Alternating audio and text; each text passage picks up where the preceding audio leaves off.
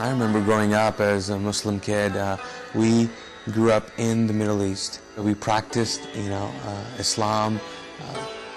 We would go pray, especially on Fridays. I remember going to the mosque on Friday. It was sort of a big deal.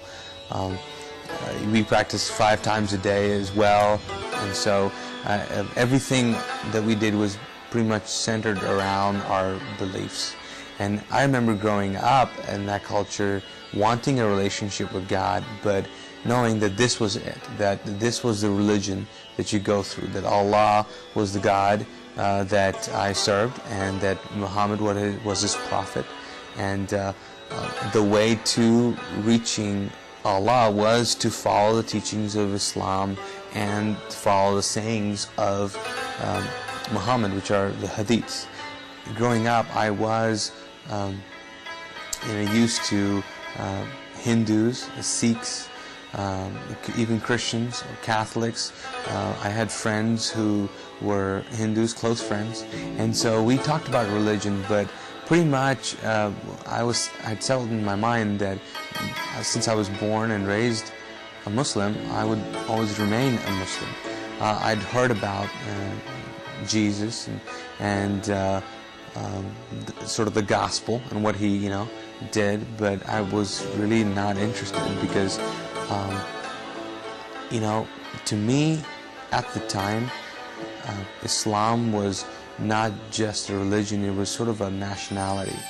That's who I was, and so it would be ridiculous for me to even consider changing my nationality, even though I did have reservations about certain teachings. The thing about Islam is that it really discourages questions.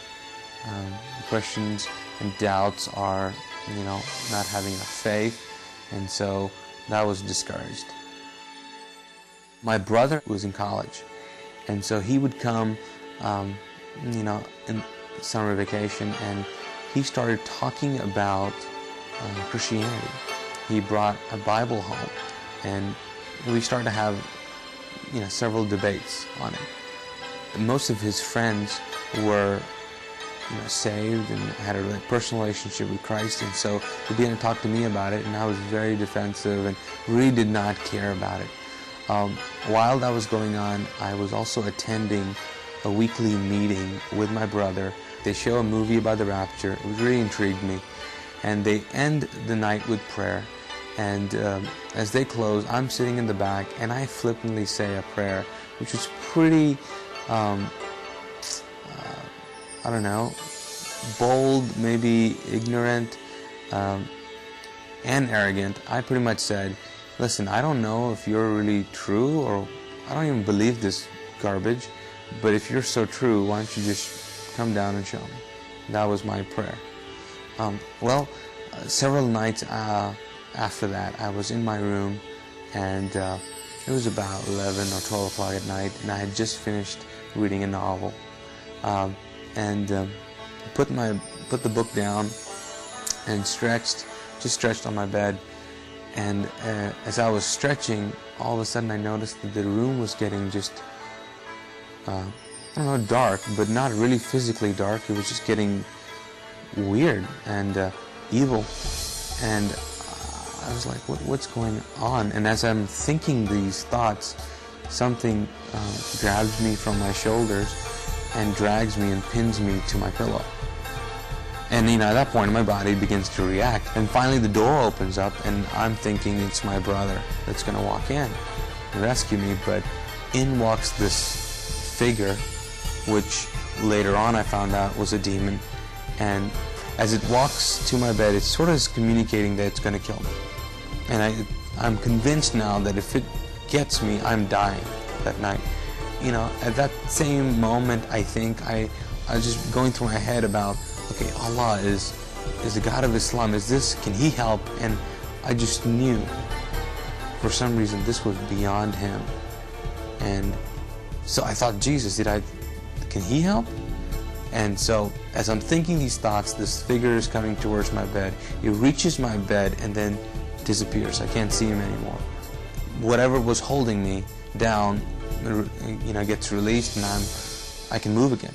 So I got up from my bed and ran out of the room, woke up my brother, Mahmoud, and asked him, told him what had happened.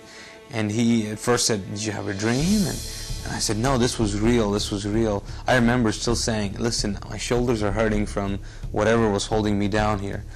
And so he began to talk to me about the whole experience, and I was like, this is great, but I am terrified, so help me out here, what's going on?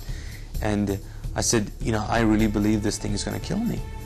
And he said, well, there's only one person that has authority over demons and angels.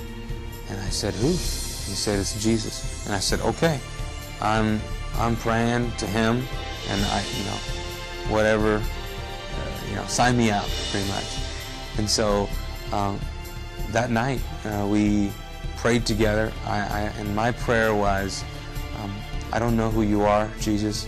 I don't know if I can call you Lord, but I need your help. And I've heard that you're the only one who can save me from this and keep me from this. And so I'll give you my life, I'll give you everything I have. And then my brother prayed for me. And so after the prayer, felt better, but not, totally well. And so he said, okay, well, we'll see you in the morning, And my thought was, move over because I'm sleeping with you tonight. And he said, no, why don't you go back in that room? And I said, are you crazy? I'm not going back in that room. And he said, no, you should go back. He said, you're going to trust Jesus, so go back in that room. So I go back to the room and I turn on all the lights, take this Bible that my brother gave me, and so I'm reading it. It's, he told me to read John, so I'm reading John, but all of a sudden my body begins to shake uncontrollably, and I'm going, oh no, here we go again. I'm just waiting to get pinned down again. And I just find myself sitting on my bed with my eyes open, staring into one corner of the room where it was just lit up with this glow of this presence. I believe it was the presence of Christ just introducing himself to me.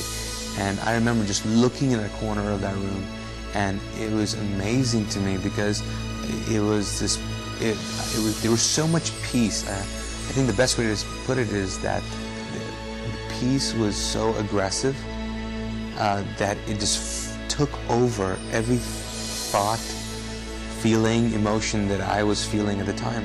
And there was utter peace. I don't think I've ever felt like that since. Just an amazing amount of peace. And I remember just staring, and what it actually did as well is it put me to sleep. I just remember just looking at it, and I think I said cool or something like that, and I fell asleep. After that night, I didn't know what to do. I knew that I had just experienced Christ.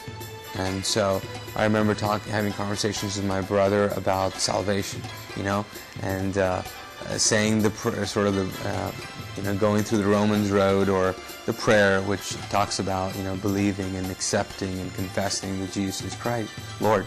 And so we kind of did that together. And then I remember even on TV when I would watch shows and they would talk about accepting Christ, I would do it again. So I think I've prayed the salvation prayer about 10 times or so. Just wanted to make sure. But it's radically changed my life. I think my life has been different, but my thoughts have been different now too. My views on God have radically changed. In the past, God was a far-off God in Islam, not really relational. You kind of just did the deeds and you're in hope for the best. Even now, if you ask a Muslim, if he's going to heaven, he would say he doesn't know. It all depends. And they just say, inshallah, which means, God's will, by God's grace, will happen. And but now it's very different. I know I have the assurance of faith now. Before, I thought that you had to do a certain amount of things to get closer to God. Now, I cannot get any closer to God. Now, my intimacy with God can grow, and my love for Him can grow, but as far as He's concerned, He's as close to me as He's going to get. I think that people long to be intimate and long to have people to know them and really, really know them. And it is amazing to see a God who really, really knows you and who can be so intimate with you and give you a purpose. I think the biggest thing for me has been the fact that since I've met Christ, I have found what I've been created for. I have found a purpose. And I know that the purpose of life now is to get as many people to experience the love that He has.